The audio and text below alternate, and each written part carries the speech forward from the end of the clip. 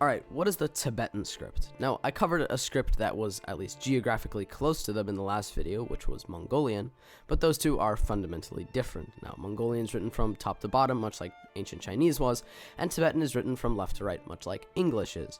But they both have an origin that shares some similarities. Let me explain. Now, in the case of Tibetan, Songtsen Gampo, in a situation that was very similar to Genghis Khan, knew the importance of having a literate culture and literate base population. And so, during his rise to power, he sent several scholars south into the Indian territories to study the Indian script and hopefully adapt it into a new Tibetan one, much like Genghis Khan did with scholars in the Uyghur territories. Now, when they went south, many of them died. It's a pretty harsh terrain, and making it over both the Tibetan Plateau and the Himalayas, along with the northern Indian jungles, is no small feat. And so there was one Tibetan, and his name was Tonmi Sambota. He made it both ways, there and back, and while he was in the Indian territories, he was able to create and fashion a new Tibetan script that could be used for imperial purposes. Now, this basically totally changed the face of the Tibetan Empire when it came back.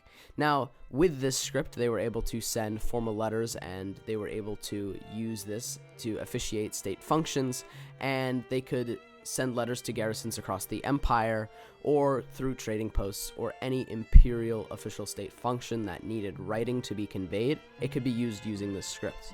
Now, this was just as important as the Mongolian script was for the Mongolians of Genghis Khan, and in many of the same ways.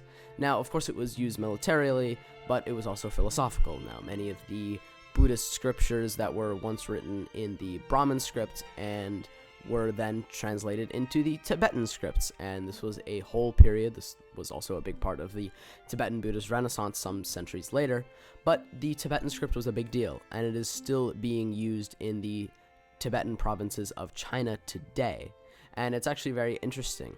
Now, if you like these kind of longer form videos and you like what I'm doing, then follow and leave a like for more.